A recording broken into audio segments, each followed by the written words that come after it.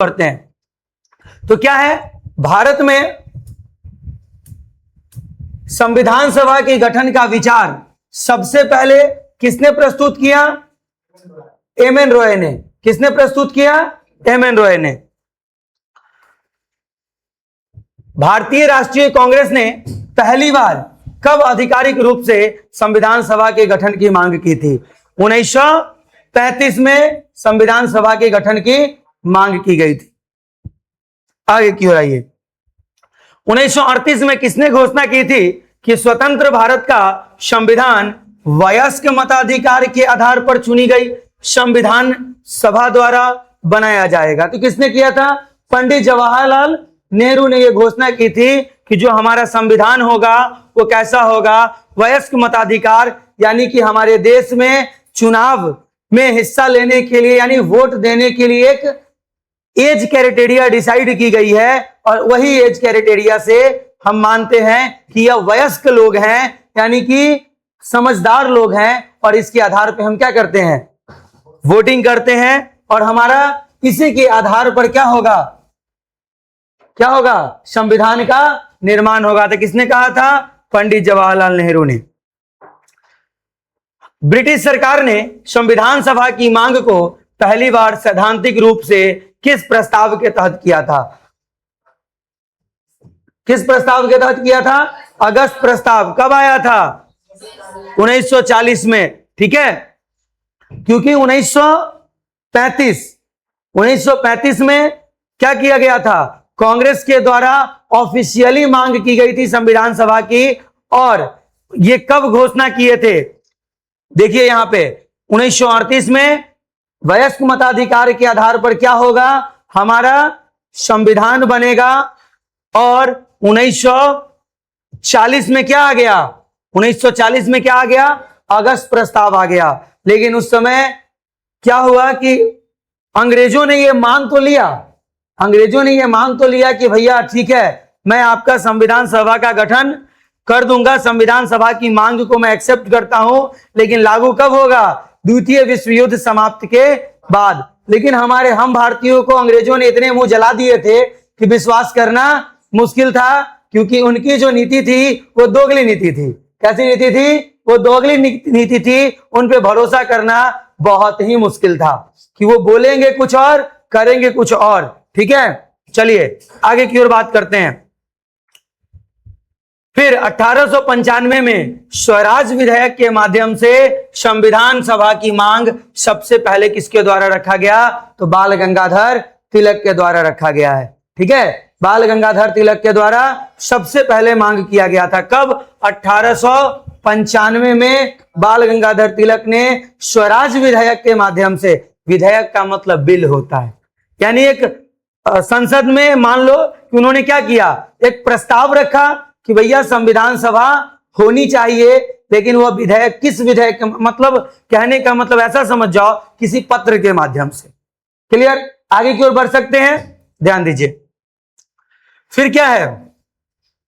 आगे की ओर बढ़ते हैं। क्वेश्चन नंबर 7 क्या है? वर्ष 1922 में किसने कहा था भारतीय संविधान भारतीयों की इच्छा के अनुसार होगा? महात्मा गांधी ने कहा था। किसने कहा था? महात्मा गांधी ने। कब कहा था? 1922 में। इन्होंने भारतीय संविधान भारतीयों की इच्छा का परिणाम होना चाहिए, और महात्मा गांधी ने स्पष्ट रूप से कहा था। ठीक है, कब कहा था? 1922 ईस्वी में कहा था। ठीक है, आगे की ओर बढ़ते हैं। किस योजना के तहत अंततः भारत की संविधान सभा का गठन किया गया? बताइए। Cripps mission? नहीं, कौन? कैबिनेट मिशन के तहत हमें किस चीज की गठन की गई थी? संविधान सभा की गठन की गई थी। कब किया गया था? नवंबर 1946 में कैबिनेट मिशन योजना आया था, और इसी के प्रावधानों के तहत हम क्या किए थे? संविधान सभा का गठन किए थे। चलिए अच्छा, ये कैबिनेट मिशन 1946 में कितने सदस्य थे? Cabinet mission 1946। ठीक है, कैबिनेट मिशन भारत आया 1946 में, उसमें 3 सदस्य थे। कौन?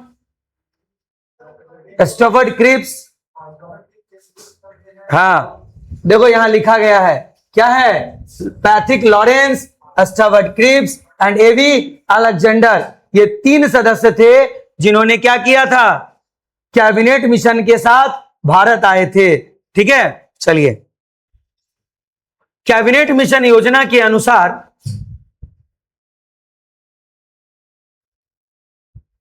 कैबिनेट मिशन योजना के अनुसार संविधान सभा की कुल सदस्य संख्या कितनी निर्धारित की गई थी? 389 की गई थी। ठीक है, कैबिनेट मिशन योजना के अनुसार 389 सीटें तय की गई थी, जिसमें 296 क्या था? ब्रिटिश प्रांत और 93 क्या था? देसी रियासतें थी। क्लियर हो गया? आगे की ओर बढ़े, चलिए। फिर संविधान सभा में ब्रिटिश भारत की 296 सीटों में से चीफ कमिश्नरी प्रांत के लिए कितने सीटें आवंटित की गई थी? 4 सीटें आवंटित की गई थी। 296 में से 292 का चयन, 11 गवर्नर प्रांत और 4 क्या थे? चीफ कमिश्नरी थे। ठीक है, कौन कौन चीफ कमिश्नरी थे? दिल्ली, अजमेर, कुर्ग और बलूचिस्तान। ठीक है, आगे बढ़े, चलिए। संविधान सभा के लिए प्रत्येक प्रांत में सीटों का आवंटन किस अनुपात में किया गया था? 10 लाख में 1 प्रतिनिधि।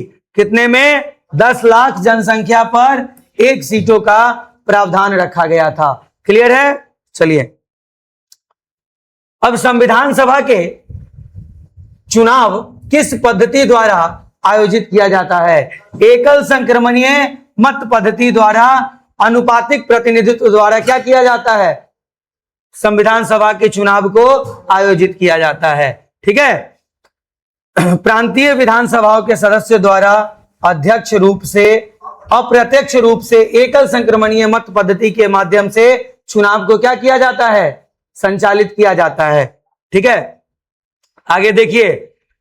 जुलाई अगस्त 1946 में हुए संविधान सभा चुनाव में भारतीय राष्ट्रीय कांग्रेस ने कितनी सीटें जीती? 208 सीटें जीती। ठीक है, चलिए आगे की ओर बढ़े। लेकिन ब्रिटिश भारत के पास कितनी टोटल कुल सीटें थी? 296। 296 में कितना? 208 भारतीय राष्ट्रीय कांग्रेस और 73 किसने जीता? मुस्लिम लीग ने जीता। और बाकी जो सीटें थी छोटी मोटी पार्टियां मिलकर बाकी सीटों को पूरा कर दी।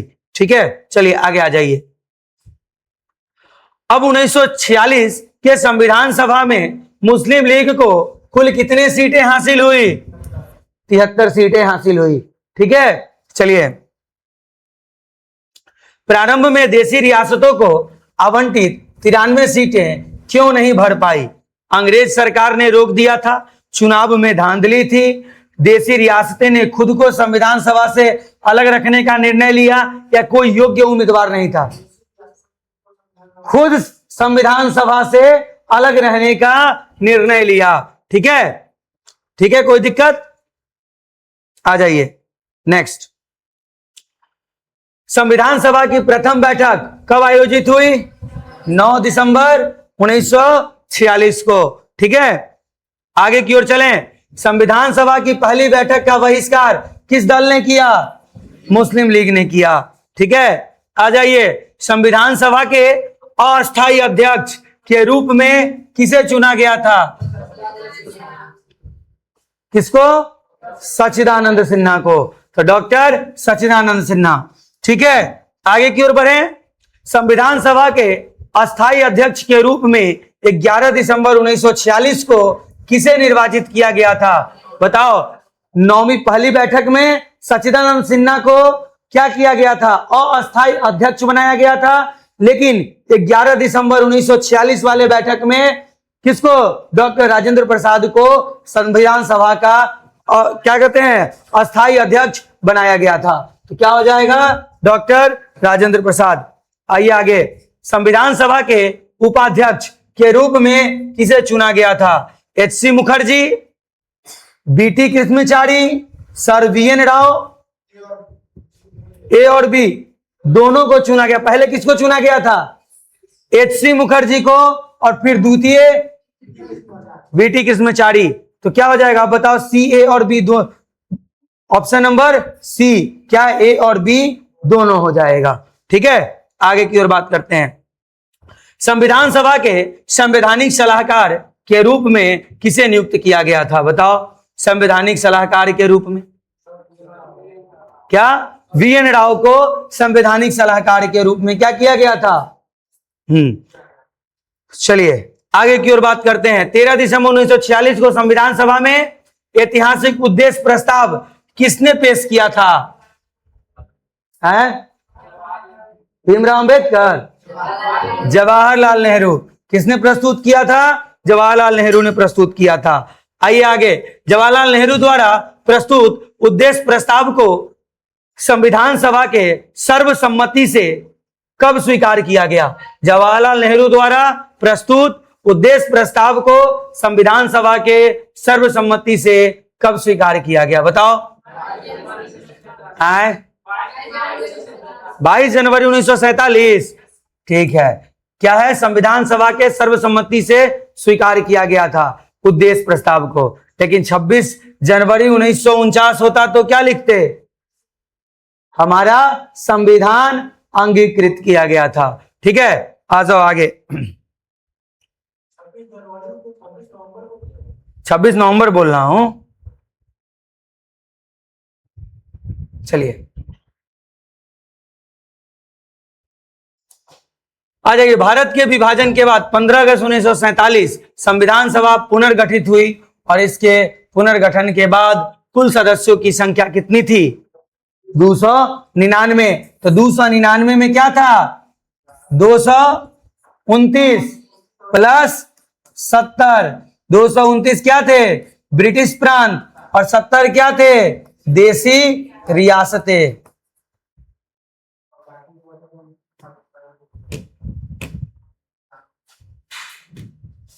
क्या थे? देसी रियासतें।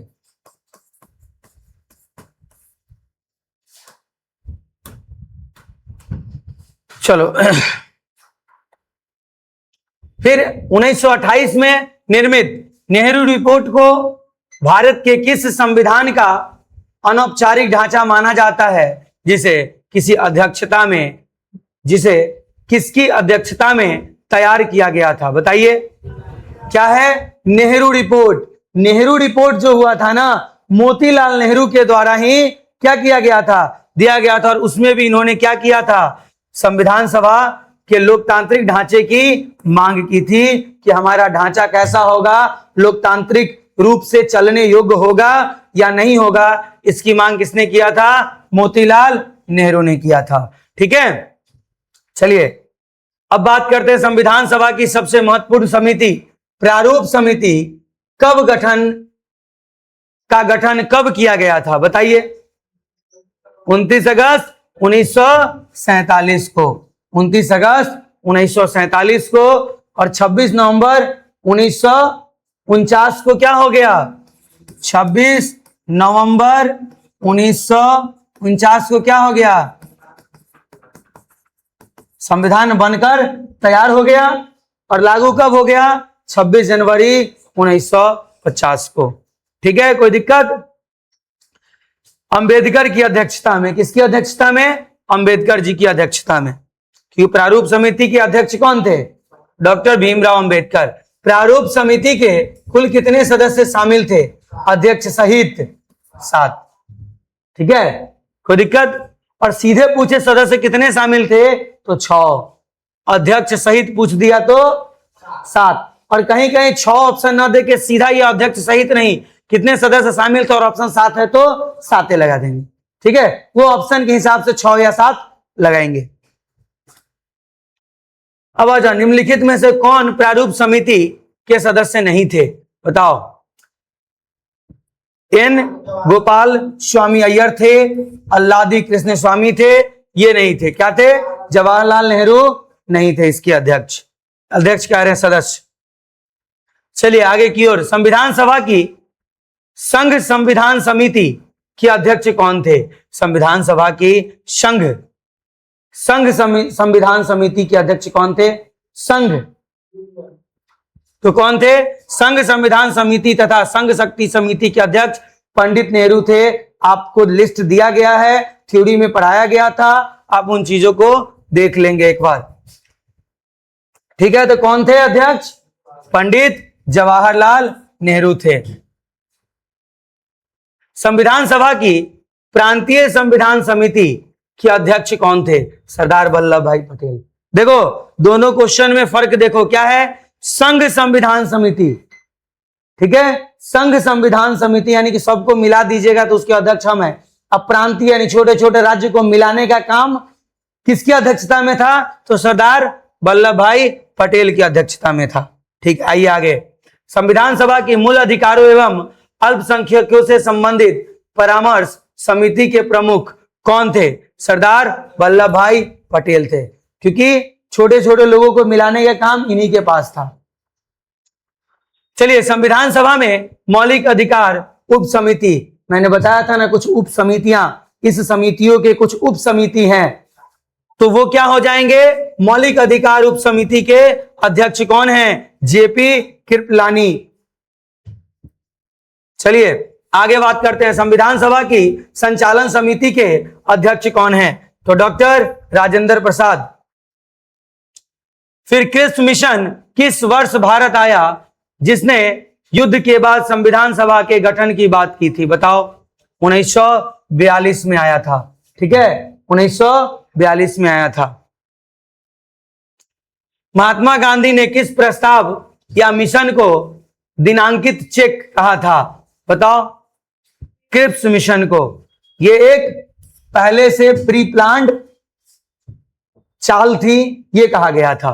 ठीक है, महात्मा गांधी ने क्रिप्स मिशन के प्रस्ताव को उत्तर तिथि का चेक कहा था, पोस्ट डेट चेक कहा था।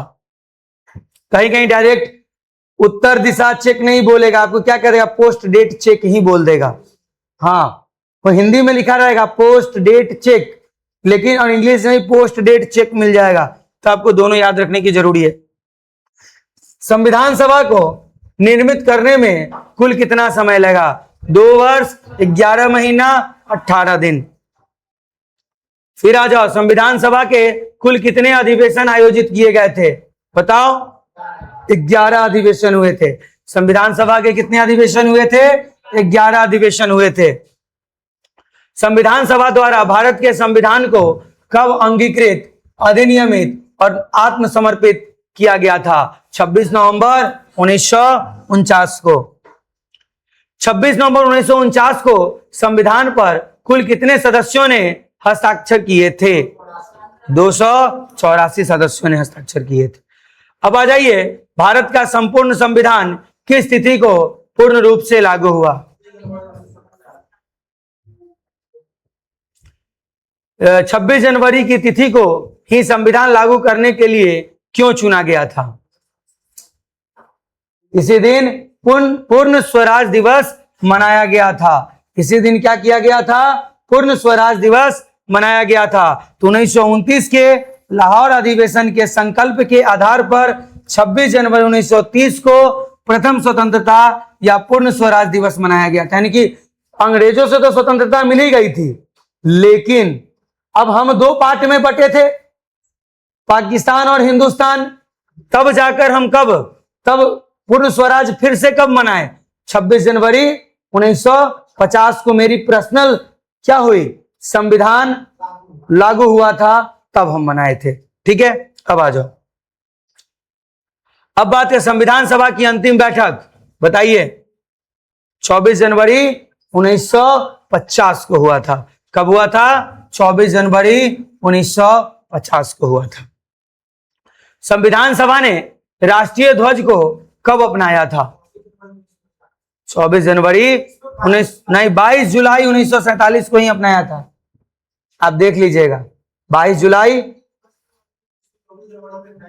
वो जिस चीज में होगा वो देखा जाएगा, लेकिन क्या है? 22 जुलाई 1947 संविधान सभा ने 22 जुलाई 1947 को राष्ट्र ध्वज को अपनाया था। अब आ जाइए, संविधान सभा ने राष्ट्रीय गान एवं राष्ट्रीय गीत को कब अपनाया था? आ गई बात? आपकी सवाल यहां क्लियर हो गई कि नहीं हुआ? क्या कब अपनाया था? 24 जनवरी 1950 को किसको अपनाया गया था? राष्ट्रगान, नेशनल एंथम। एवं राष्ट्रगीत को कब अपनाया गया था? दोनों सेम ही डेट को अपनाया गया था, 24 जनवरी 1950 को। संविधान सभा ने भारत के प्रथम राष्ट्रपति के रूप में किसे चुना था? डॉक्टर राजेंद्र प्रसाद को चुना गया था। कब? 24 जनवरी 1950 को। तो देखो 24 जनवरी 1950 को क्या किया गया था? राष्ट्रगान को अपनाया गया था और 24 जनवरी 1950 को ही संविधान सभा ने राजेंद्र प्रसाद को प्रथम राष्ट्रपति के रूप में चुना था। ठीक है, आ जाइए। संविधान सभा के कुल कितनी महिलाएं? 15 महिलाओं ने क्या शामिल हुई थी? कितनी महिलाएं शामिल हुई थी? 15 महिलाएं शामिल हुई थी। ठीक है। डॉक्टर भीमराव अंबेडकर संविधान सभा के प्रारंभ में कहां से निर्वाचित हुए थे? बॉम्बे प्रेसिडेंसी से उनको लाकर क्या किया था? चुनाव लड़ाया गया था पूर्वी बंगाल से। ठीक है, बॉम्बे प्रेसिडेंसी में वो थे। ठीक है, नहीं सॉरी क्या है, एक मिनट। प्रारंभ में, हाँ, प्रारंभ में पूर्वी बंगाल से हुए थे, लेकिन बंटवारा के बाद उन्हें बॉम्बे प्रेसिडेंसी से क्या किया गया था? लाया गया था उन्हें, और बॉम्बे प्रेसिडेंसी से चुनाव लड़ाकर फिर संविधान सभा का सदस्य बनाया गया था। ठीक है, क्योंकि वो तो पाकिस्तान में चला गया था, पूर्वी बंगाल, जिसको बांग्लादेश के रूप में आज कहते हैं। ठीक है, बात समझ में आया? तो प्रारंभ में पूर्वी बंगाल से चुने गए थे, परंतु विभाजन के बाद वह क्षेत्र पाकिस्तान में जाने के कारण उन्हें पुनः बॉम्बे प्रेसिडेंसी पुणे से उपचुनाव जीतकर, और बॉम्बे प्रेसिडेंसी में जो सदस्य पहले से थे उनमें से किसी एक को हटाकर इनको लाया गया था। क्लियर हो गया? चलो, मूल संविधान को हस्तलिखित करने वाले सुलेखक कौन थे? हस्तलिखित के प्रेम बिहारी नारायण रायजादा सबसे पहले इस संविधान को इन्होंने लिखा था। ये सब क्या कहते हैं कि डॉक्टर भीमराव अंबेडकर ने संविधान लिखा था? नहीं, वो संविधान को सजाए थे, वो प्रारूप समिति के अध्यक्ष थे, लेकिन हाथ से लिखने वाले कौन थे? प्रेम बिहारी नारायण रायजादा थे। ठीक है, मूल संविधान के पन्नों को सुंदर चित्रों से सजाने व सौंदर्यीकरण का कार्य किस कलाकार ने किया था? बताओ। नंदलाल बोस ने किया था। किसने किया था? नंदलाल बोस ने किया था। संविधान सभा के प्रतीक के रूप में किसे अपनाया गया था? बताओ। हाथी को, हाथी के मोहर को। ठीक है, समझ में आ गया? तो हाथी को संविधान सभा के मोहर या प्रतीक के रूप में अपनाया गया था। क्लियर हो गया? कोई दिक्कत? तो ये जो क्वेश्चन था सिर्फ और सिर्फ एक टॉपिक से रिलेटेड क्वेश्चन था। कितने? 50 क्वेश्चन हमने किया सिर्फ और सिर्फ किस पे? संविधान सभा के मांग पे। और अब हम जो क्वेश्चन करेंगे किस पे करेंगे? संविधान सभा के गठन पे। अब करेंगे गठन से रिलेटेड।